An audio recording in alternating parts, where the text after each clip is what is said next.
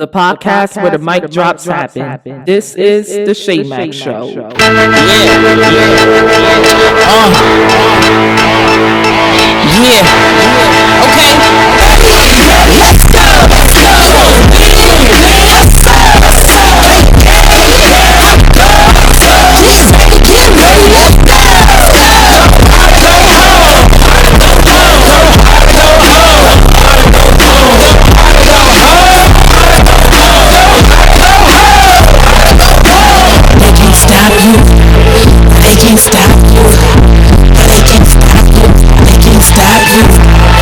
And welcome to the SHAE Mac Show. This is your host, SHAE, and I am being joined on this episode by my very special guest, the loving Terrika Foster Brasby from ESPN. Terrika, how are you doing today? Thank you for joining.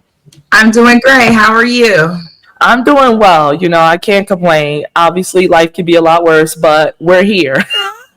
We're here. All right. We're just going to get started. So, you started off obviously from somewhere, and it led to you being this big sport personality. So we're just going to kick this off with you giving us your background in sports, how you got started, things of that nature.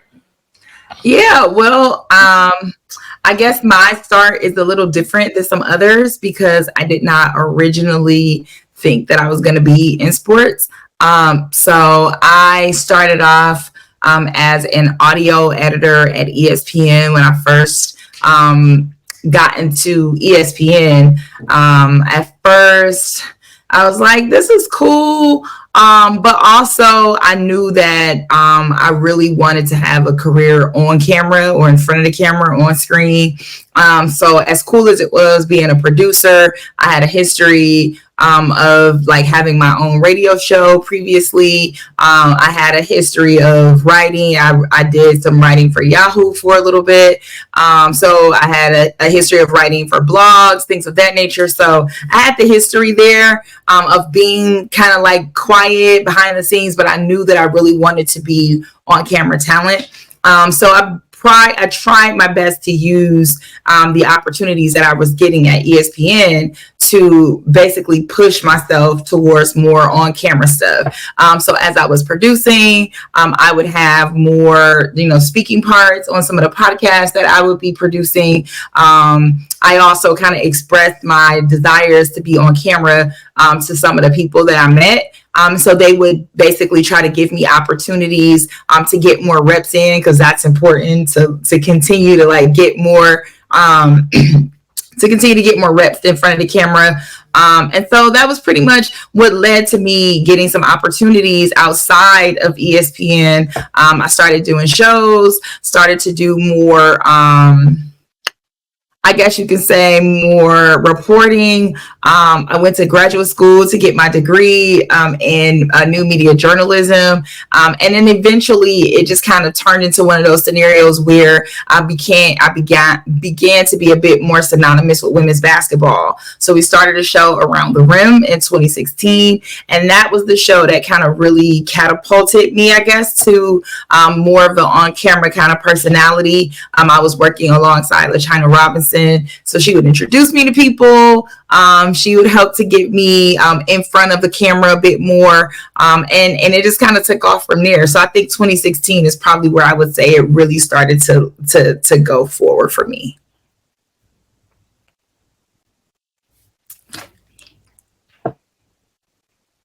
You muted.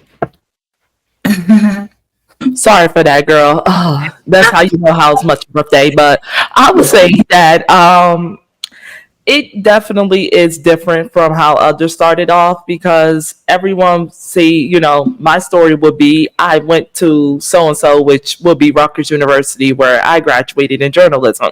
Mm-hmm. But, you started off elsewhere, and then it led to you being in sports. But people don't understand about this is that it can start from one little thing, like it did from you. And people don't, it only takes one person to see your work or one person for you to connect, and then it's just off from there. Yeah. But we're definitely going to get into more of your show We're Around the Rim with LaChina Robinson, because I definitely have a lot of more questions for you pertaining to that. But we are on this show to talk some WNBA because those viewership has definitely went skyrocket this year. Yes. And we're actually happy to see that, as you know, from my brilliant hoodie right here, where I'm repping the W always. And we just have to talk about it because I don't think we thought we would see the day where the WNBA is starting to get the recognition that, to me, it should have gotten from the get-go. So speaking of which, and speaking of the viewership and coverage and things of that nature, explain your emotion towards that, from it jumping up to at least 3 times this season alone from what it did the previous year, where it had over 4,600 in 60 interviews. Yeah, well, I will say this. We've kind of seen the WNBA begin to grow year over year for a few years now. And so what we've often said is, how do we get the college game to translate to the WNBA? Because that's where we started to see a large increase in viewership as well. And that started, years ago, to be honest. You always kind of saw, UConn fans gravitate to their favorite players at UConn. You started to see Notre Dame fans gravitate towards their favorite players in the league from Notre Dame. South Carolina, for sure, with Asia Wilson, and then as others start to enter the league, you would see that translate over. And so over the last couple of years, the college game has become so popular, and started to be, due to this rookie class. This rookie class has been so incredible in college that their fans have translated over. So now you add Iowa to that mix. Now you add LSU to that mix. And don't get me wrong, there have always been players from these universities that have been amazing, but because of social media, because of the way that people are able to use their platforms, because of NIL, because of other things, the game has allowed itself to make stars at the college level, and they've taken advantage of their stardom, and that has translated over to the WNBA. So it's great to see this league finally getting the coverage that it deserves, finally getting the TV viewership that it deserves. But it's definitely been on the up and up for a few years now. I think this new rookie class and their popularity has helped to expand the growth that we've already beginning to see. But we definitely have seen the growth of this league start to increase year over year for a few years. This year, I just think it's taken it to a new level. Yeah, I actually have to agree, Monica. I think people just now starting to tune in on something that they should have tuned in on a long time ago, which is the WNBA. Because many will say, oh yeah, the only reason why people are tuning in is because of Caitlin Clark and Angel Reese. But people don't get, this is a league whose foundation was built off of people who paved the way for the Caitlin Clarks and Angel Reeses, like the Candace Parkers, for example, the Maya Moores, and many more like that. The Sue Birds, who people just seem to overlook constantly. And it's just insane, because how can you sit here and just now be tuning in to the WNBA when all these greats have already came and passed and, created this foundation? Because it was those girls who put me on to the WNBA, because I was unaware. And the WNBA was created, I believe, in 96, 97. 97. And 97. And I was born 99. So I was 2 years old. Well, the WNBA was turning 2 years old when I was just being pushed out my mom's stomach. So it's just when I started watching the WNBA when I was 7. And the first thing I heard about was Lisa Leslie. I heard about Sue Bird. I started seeing Diana Taurasi, who is still in the league and, still playing at a high level. Then it came the Candace Parkers, the Brittany Griners, the Sabrina Ionescu's, who I thought would be what Caitlin Clark is right now. So it's too many names that came before them, in my opinion. And I love Angel Reese. I'm not like these haters out here who's going to say that, oh, she ain't this, she ain't that. She is that. She is everything that she's advertised to be. But I cannot sit here and just fully give them the credit and not acknowledge those who came before them, which is the reason why, in my opinion, the WNBA is a brand to be reckoned with in the first place. I think there's a bit of there's a bit of a balance that needs to occur, in my opinion, right? Where it's understanding that obviously with any sport there are those that came before you. So to the newer fans that are coming to the league, like, we welcome you to come. It's a great league. It's a great sport. We do, however, ask that as you're learning the WNBA, understand and pay homage to those who come before. Like, I don't care if Caitlin Clark is the reason why you're watching now. That's great.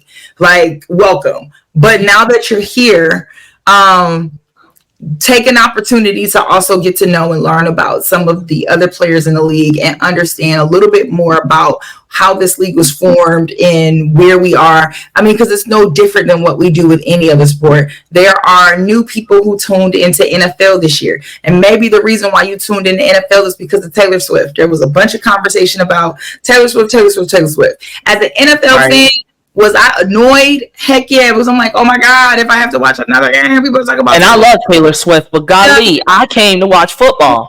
I'm like, I'm so over it. But at the same time, if Taylor Swift is the reason why you're here, fine, be here. But now that you're here, like, try to take a moment to understand this game. Take a moment to understand this sport. Understand, like, what this is. It's not just one thing. So I would say that same thing to WNBA fans. Like, I was much older than two in 1997 when the league was formed. But with that being said, I know that the WNBA looks and feels different for me because I was already, 13, going on 13 when the league was started in 97. Whereas for someone else, you didn't have the ability to watch the history unfold in front of your eyes. So take a little bit of time to look at that, to learn some of that. And I don't think anybody's asking you to do that like today. Nobody, like, it's not something that's going to happen overnight. But before we start getting in these definitive conversations to say, well, this is happening because this person did this, or this is happening because this person said that, like, understand there was a road to getting here. So you can't have these definitive conversations without understanding that there are people who paved the way for us to get to this point. Yeah, I definitely gotta agree. And here's the thing: as much as we love teams like the Las Vegas Aces, who I think is everything that they, are advertised to be, obviously being in defending champions, who we're also gonna get a little bit into on the show. But as much as we talk about the A'ja Wilsons and the Candace Parkers, people seem to forget about Cynthia Cooper, who was, arguably the best player on a former WNBA team, which I really hope they bring back one day, the Houston Comets. So when you hear all these names and you think about those names, what would be your advice? What else would you say to these fans who will be like, oh, well, people like Caitlin Clark are the only reason why the WNBA is relevant? When you think about people like Cynthia Cooper, what would be your advice to those people who are saying that and saying that that's the only reason why the WNBA is where it is right now? I mean, I wouldn't necessarily say that that's the case because, again, for me, I got to watch Cynthia Cooper play in real time, in real life. So I understand that. So for someone now who may feel like the reason that they watch the WNBA is because of Caitlin Clark, I'm not mad at you for saying that Caitlin Clark is your reason for coming here. Caitlin Clark's a phenomenal player. She's a player that attracts people because of how she plays. So that makes sense.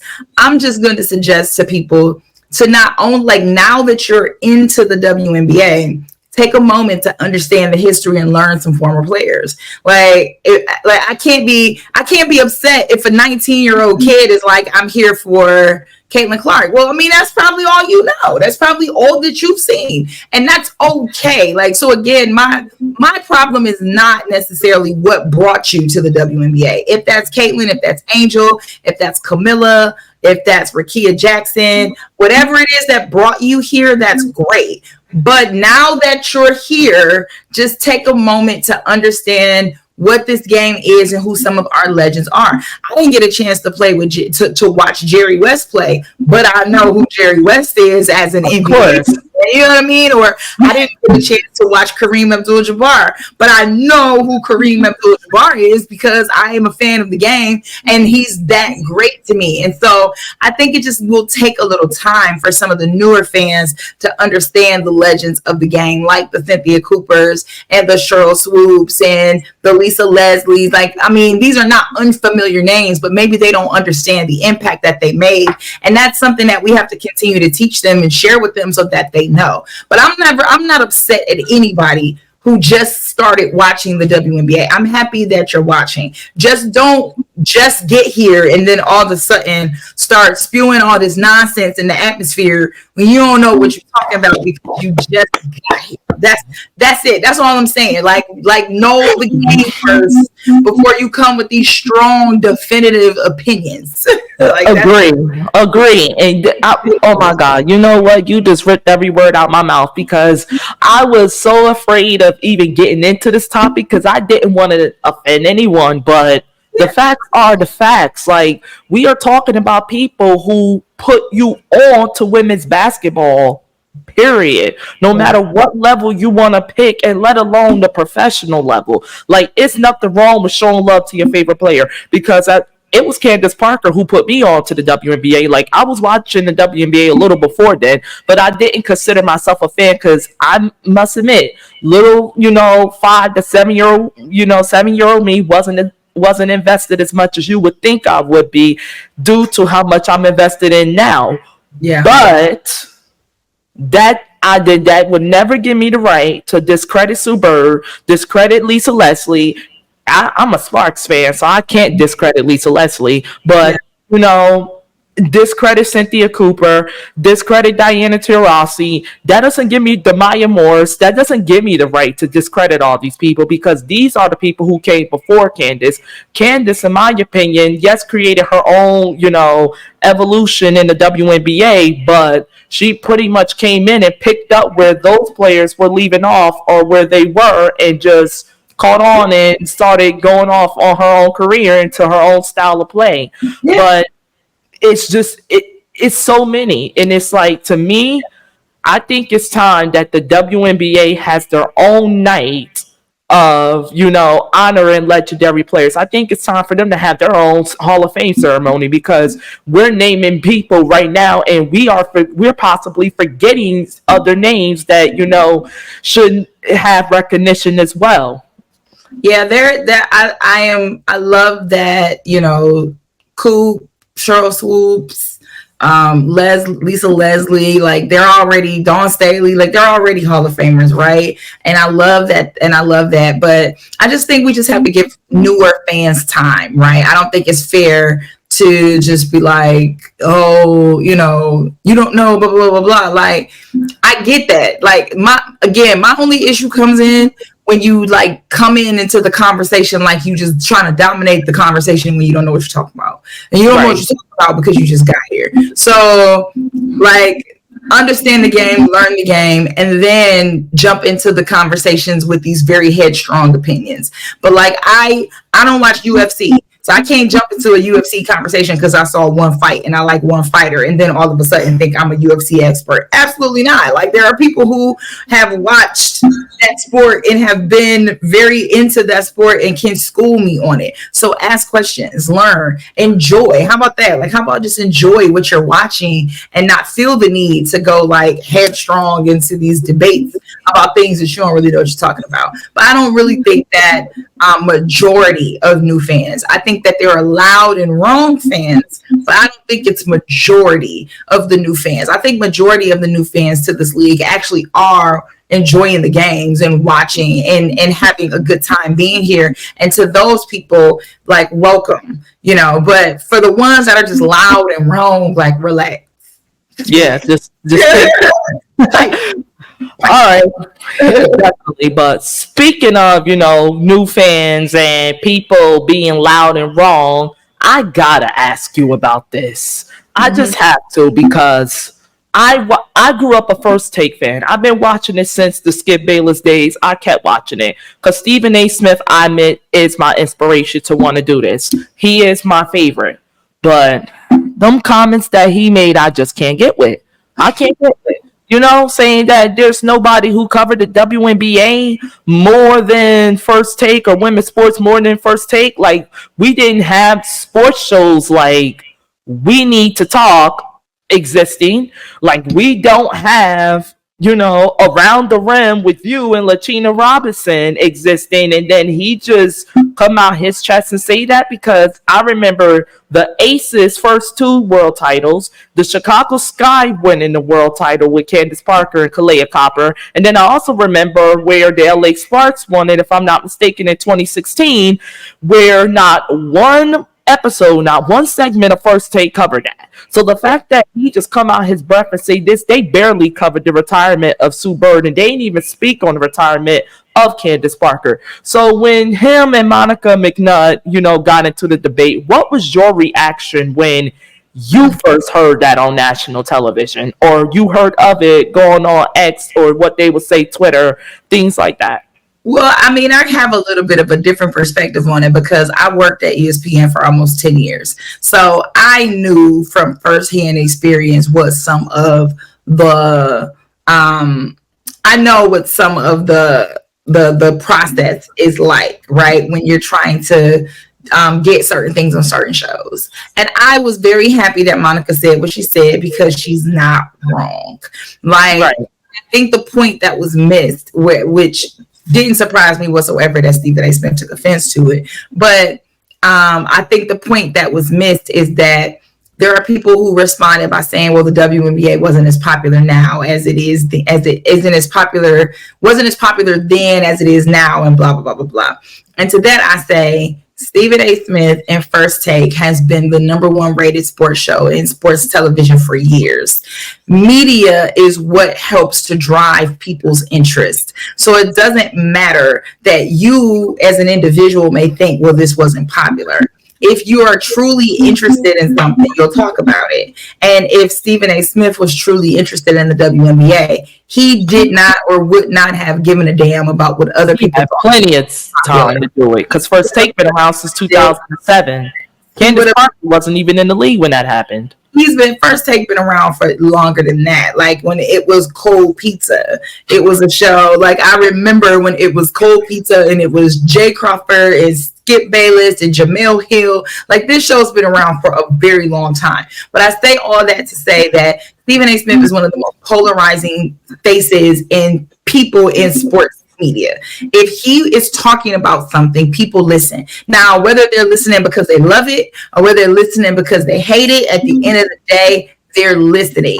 Having a 30-second conversation about something or a quick take about something on your show is not effectively covering that thing. When it's summertime, I know the NBA is no longer playing. They will, for now until October, at least have 5 to 6 different conversations about some magical thing that they've made up in the NBA. And there's not a game being played before they have a true, real conversation about the WNBA. I know this to be true. So, no, Monica's not wrong. He could have used his platform to truly elevate the WNBA as it relates to conversation on sports television. And he didn't do that. And I know he didn't do that.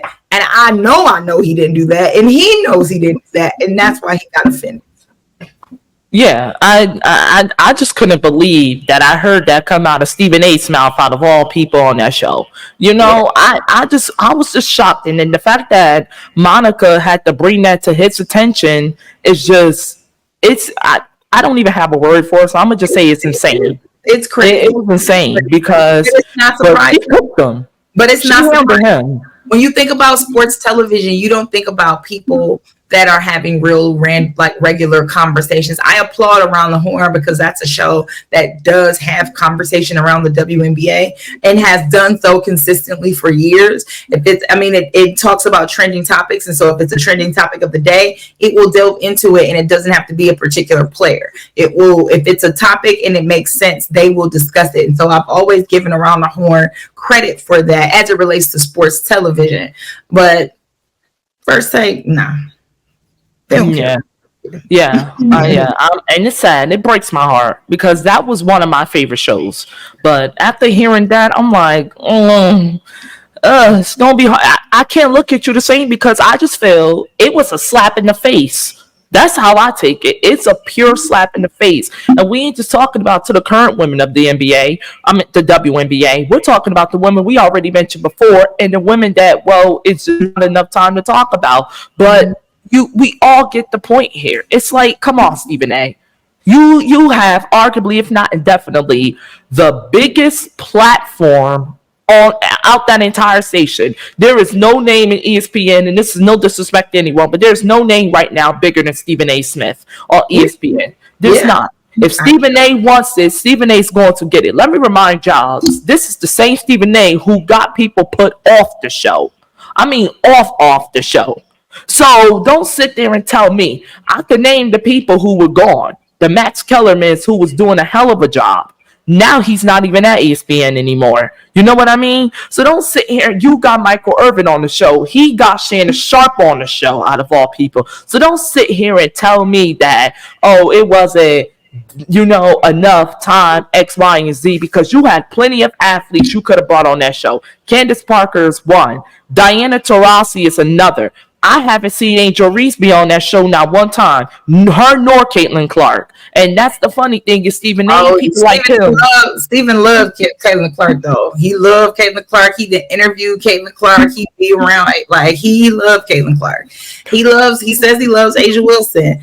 I mean, not on that show. I think the thing is we have to do a better job of not depending on certain people. Like, this is why you have a show. This is why other people have a show, because we know that mainstream media has not done a good job of taking care of these women. So we just have to, like, I say when there's not a seat at, like, if there's not a seat at the table for me, I just pull up my own table. Like, that's just kind of what we have done in women's basketball media space and what we'll continue to do. And you're starting to see people come around, but just like the fans got to come around, these other folks in media have to learn to come around too. Right. And until they do, it's cool. Don't even worry about it. We will continue to pull up our own table and be able to have these real discussions with people like us, like you and I, like other people who really care about this league and want to discuss the things that are going on with this league. But, like, eventually Stephen A. will catch on. When it matters enough to him, he'll catch on. And listen, it's not a discredit to who he is or what he's done in his career or the money that he's made or the way that he has revolutionized the sports media business. All of that is great. Like, I ain't got no beef with Stephen A. It is what it is. But I also ain't stupid. And I know, for, like, my own personal knowledge, I know that there have been opportunities to discuss WNBA topics on the show, and those opportunities were denied. So it just kind of, I was not surprised. I was happy Monica said something, but I wasn't surprised at all. It was just, it was just mind-boggling that, he just had the audacity to come out his mouth like that on national television in front of a WNBA personality, like she was not going to take up for the women in the league and the women before them, and people like us who are actually invested into this. And this is why I purposely started the show when I started the show, because I wanted, my first topic, the first big league of this show, I purposely wanted it to be the WNBA, because like we already disclosed, it does not get the attention it deserves. It's just starting now, but come on, man, we still got a hell of a lot more to go with this. This is not even the beginning to what the WNBA is about to do in sports. Yep, agreed. All right, so moving on, we speaking on the WNBA and we speaking on the top teams now, because this is a discussion that I'm waiting to talk about. The WNBA season has been massive. It's been a great one so far, and it's been so competitive. So below, obviously, are the rankings. The Connecticut Sun is number 1 right now with 13-1 record. You got this, the Lynx and the Liberty tied at 12-3 with, tied at number 2. And then you got, if I'm not mistaken, the Storm 9-6, which I'm shocked about because I didn't think they would ever be over the Las Vegas Aces, who are now the 5th team at 7-6. And then you got the Phoenix Mercury, who I'm also shocked to see, in the top 6 at least at 8-7. So who are your top teams in the WNBA right now? I think the top 5 as it is, or top 6 as stated, are pretty much the same top 6 that I would have. I think Connecticut is the best team in the league. And I don't even think that they've even scratched the surface of how good they will be. But the 13-1 record is not a lie. Now they have a test coming up again against Las Vegas. Excuse me. That's going to be a banger.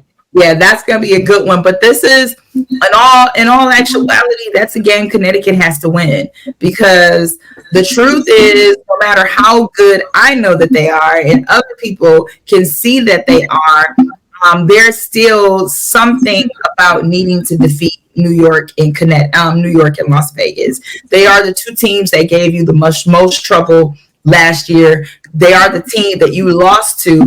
Vegas is the team that you lost to in the 2022 WNBA Finals. Like there is this cover that's always going to be over them. And so with them not playing the best basketball right now, the Aces, now granted they got Chelsea Gray back, and God, what a difference it makes when having her at the point guard position. But I say all that to say, losing to New York as the only loss on your record this year, not the end of the world, because New York was on an 8-game win streak. They looked really well. It really came down to the wire. Not a bad loss. But you can't lose to a 76 Las Vegas team. Like, people will say, well, no matter how good your record is, you still can't get over the hump of these 2 teams, right? And so I think that this game on Friday night against Las Vegas is just going to be, if for no other reason, and it's a long season, they will match up with Las Vegas 3 more times before the end of the year. But still, it's important to make a statement right now, and I think they do that by having to get a win. In terms of the other couple of teams, I love what I'm seeing from Phoenix now that Brittany Griner is back. Kalia Copper is really shooting the ball incredibly well, and Brittany Griner just makes all the difference when she's on the court. They had their up and down moments when she was out to start the season, but since she's been back, she's averaging like 27 points a game or 25.7 points a game. Like, it's just, she's been playing incredibly well, and she's really helping this team really find themselves offensively. So that's really good. You said you didn't think that Seattle would be above Las Vegas, and I didn't either. However, I didn't. I'm just shocked. I thought the Aces would be number 1 right now, but I still thought that the Aces would be in the top 3 in the standings. But what I will say is, I was more surprised by Minnesota than I was by Seattle. I actually expected Seattle to be like in the top 4. I mean, anytime you're telling me that it's a team that got Nneka and Skylar and Jewel and all, like, what? All these people on the team? Yeah, this is definitely a top 4 team in my opinion. I did not see Minnesota being as strong as they are to start the season. Like, yeah, they definitely shocked me. Kayla McBride is shooting the ball like my God, like, she is so dangerous. She's such a threat. You already knew Nafisa Collier was an MVP candidate, as she always has been for at least the last 2 years. She's been in the conversation, whether people have wanted to admit that or not. But Fee is a beast. She's a dog out there. Adding Courtney Williams was a really good look for them, because she provides a lot of not only shooting but defense, and getting bigger inside with Elena Smith. So I like what Minnesota is doing, and I like that they are the number 3 team. Like, it just shows this league is continuing to get better. Every team is getting better, and that's good. Like, that's really good. There's parity for real. So you really don't know who will or won't win day in and day out.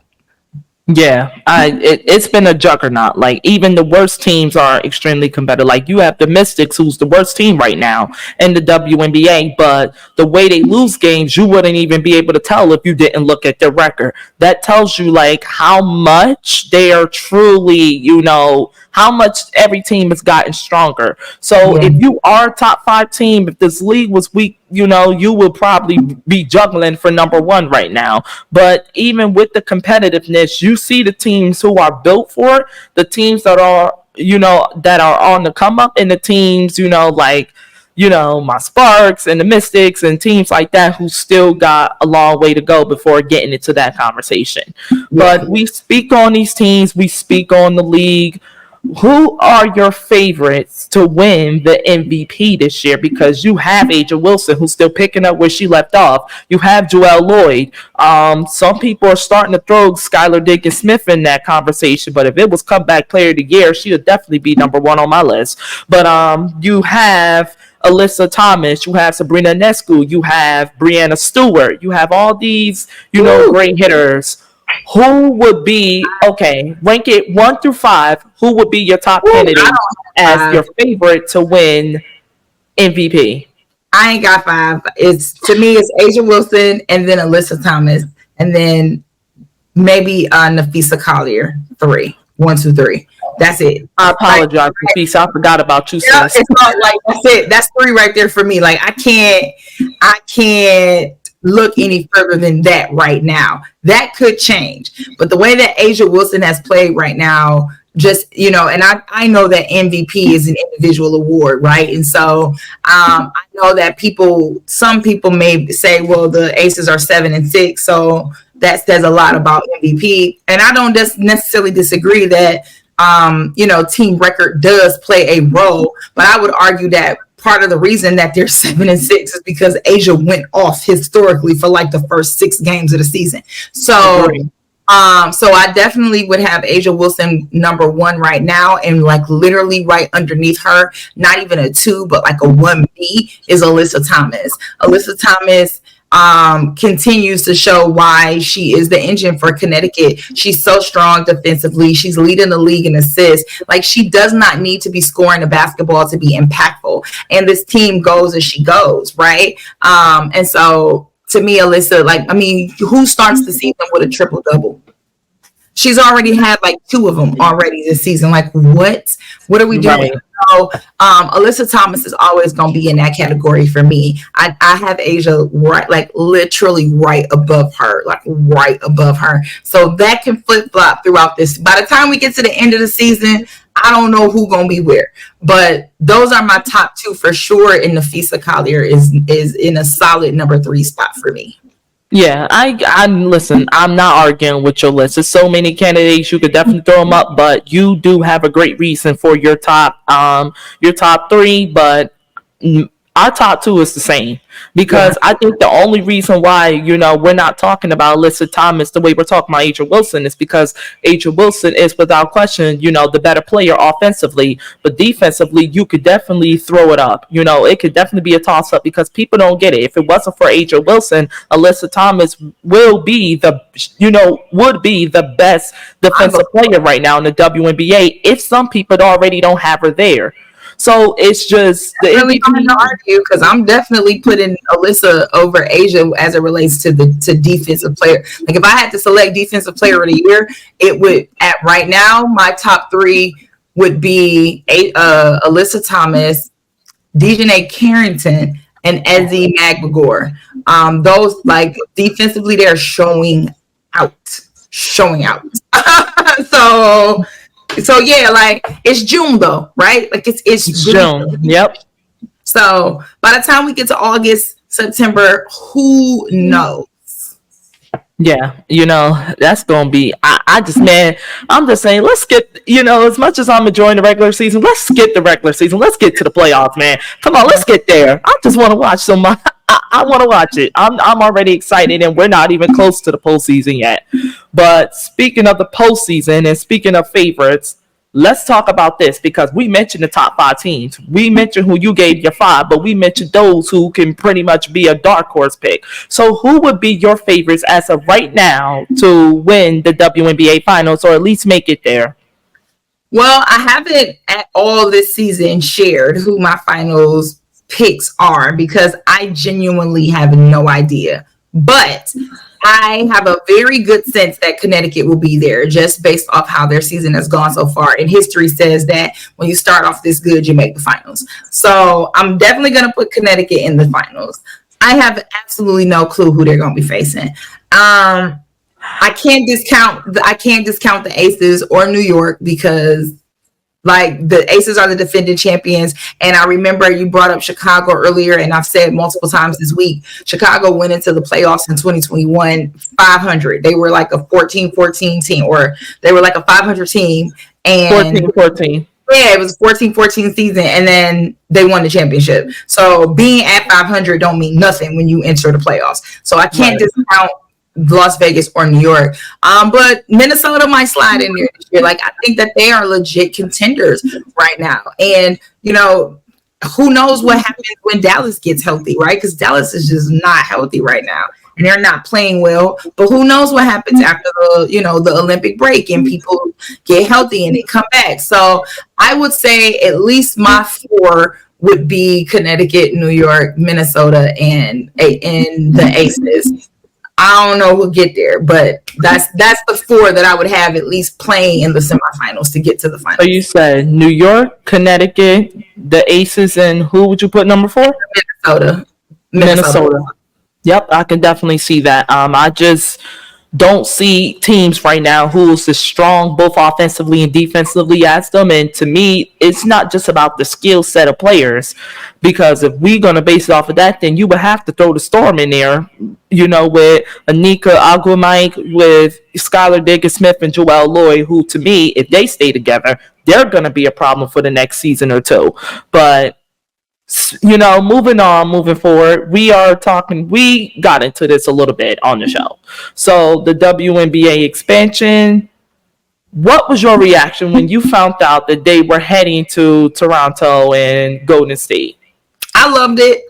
I honestly loved it. I think it's great that the WNBA is moving to Canada to give us an actual international footprint. Like, that's really dope. There's already a basketball fan there. We've already seen that there are WNBA fans there because they did a preseason game in Canada last year. So I like the fact that they chose Toronto. I think that's a good move.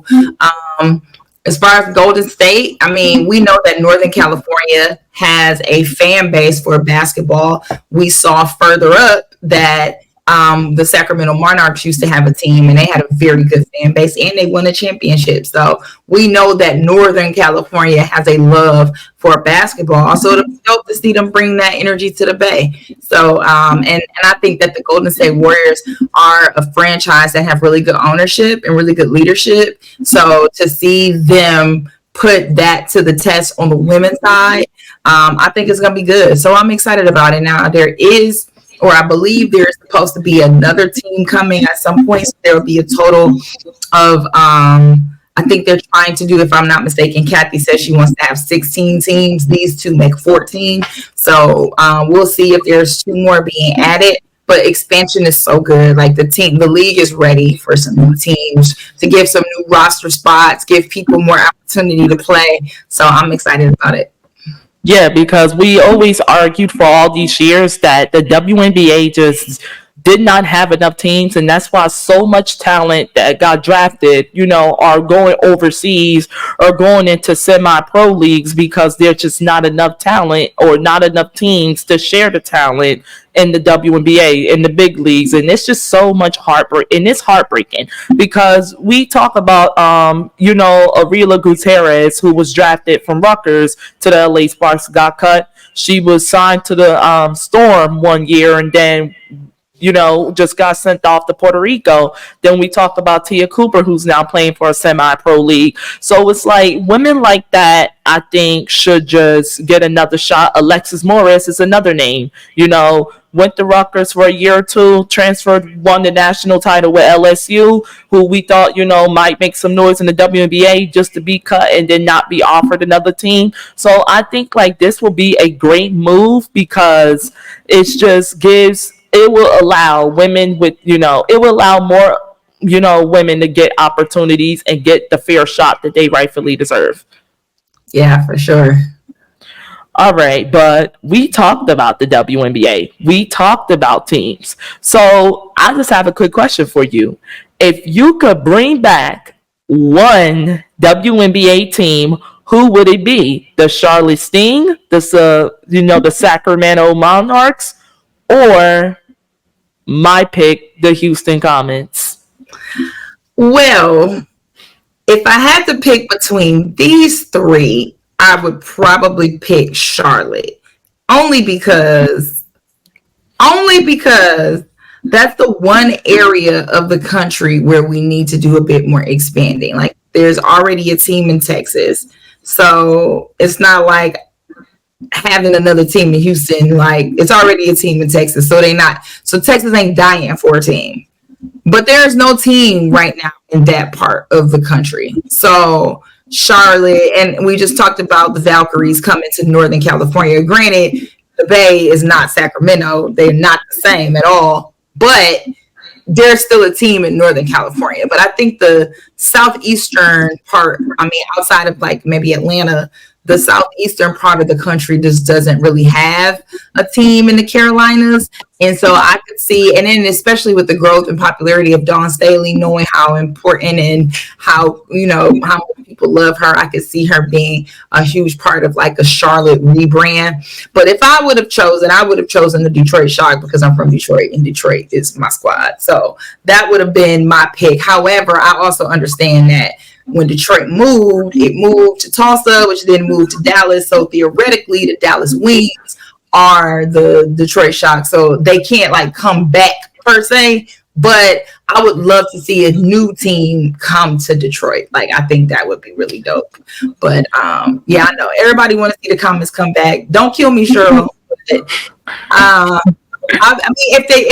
the Comets do come back, that would be dope. But my problem is I'm seeing the expectation would be for them to come back and be able to be the Houston Comets, and you're not gonna get a Cheryl Swoops and a Tina Thompson and the Cynthia Cooper. Like, we're not getting that. That's once in a lifetime treat. You know what I mean? So if they come back and they come back to that city with that name and they don't put up those types of successes, then it's like, oh, there's this. I don't know. I just would rather you not. Like, let that history be what that history is. Like, there's that. So that's me. Yeah, I definitely agree. But I would love for the Comets to come back. As a matter of fact, if it was me, I would just say personally, let's bring them all back. Let's bring them all back, But before I let you go, we just gonna get more into your show, Around the Rim with LaChina Robinson, on how it got started. Is there more that we can expect from you guys as the WNBA 2024 season goes along? Things of that nature. Yeah, so LaChina and I started our show in February 2016.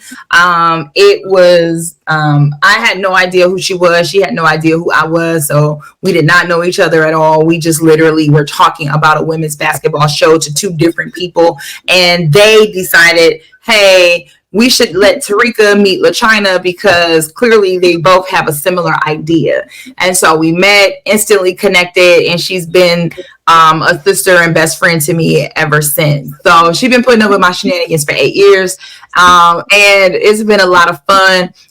We've been able to really get into some great information on our show. We've been able to talk about almost everything around the WNBA on our show.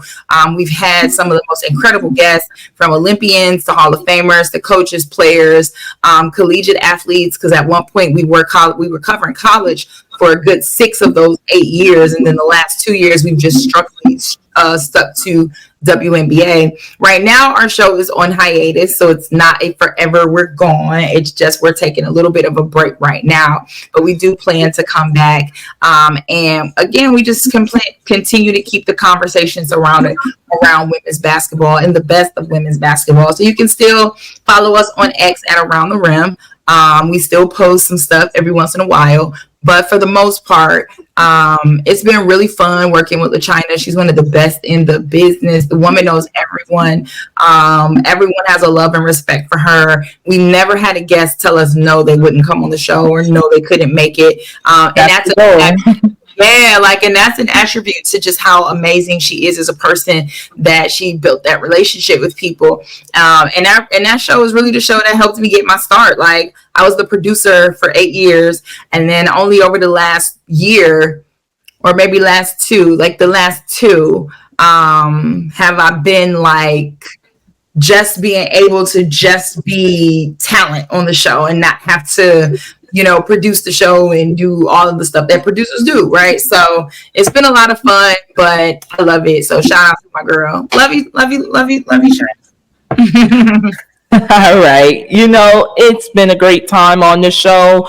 If you guys have not already, please follow Miss Terrika on X, formerly known as Twitter, at She Knows Sports, and also on Instagram at She Knows Sports _. Terrika, once again, thank you for joining the show. This is your host, SHAE, signing out, and this has been the SHAE Mac Show. Thank you for having me. All right. See you around, Terrika. See ya. Thank you for tuning in to the very first episode of the SHAE Max Show. This is your host, SHAE, signing out. Click the follow and subscribe button now for more episodes and to get updates on the show. To view more content from the show, give us a follow on your favorite platforms such as Facebook, Instagram, Twitter, TikTok, and much more, all at the SHAE Max Show. And you can give me, your host, a follow on those same platforms at SHAE Max Sports.